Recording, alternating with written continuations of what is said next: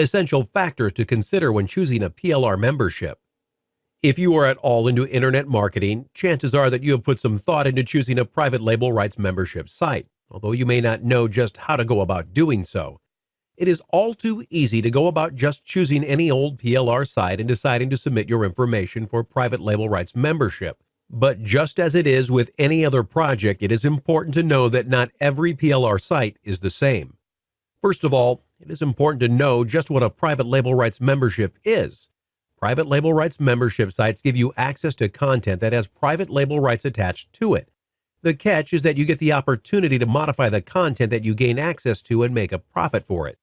Good, rich content from private label rights membership is one of the best ways to make money on the web, and without that rich web content, it is difficult to gain any internet traffic at all, making it rather difficult to make a tidy sum by managing your site like you would probably like to.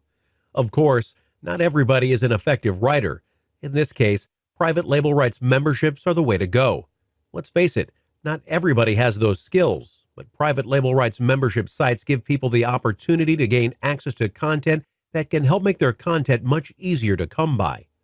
Rewriting or modifying PLR articles to make original content is a great way to save some money on web content, and many people can do that even though they may not be able to write great keyword-rich articles otherwise. Just as any other product out on the market, every PLR membership site is not as good as the next PLR membership site, and there are certain factors that any internet marketer, aspiring or otherwise, should take into consideration before paying any money for a private label rights membership. How widely will my PLR content be distributed?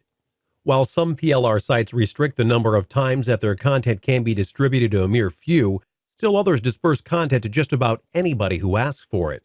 This is not the best thing to do, as it makes the likelihood of duplicate content penalties even more likely, and that is never good for you.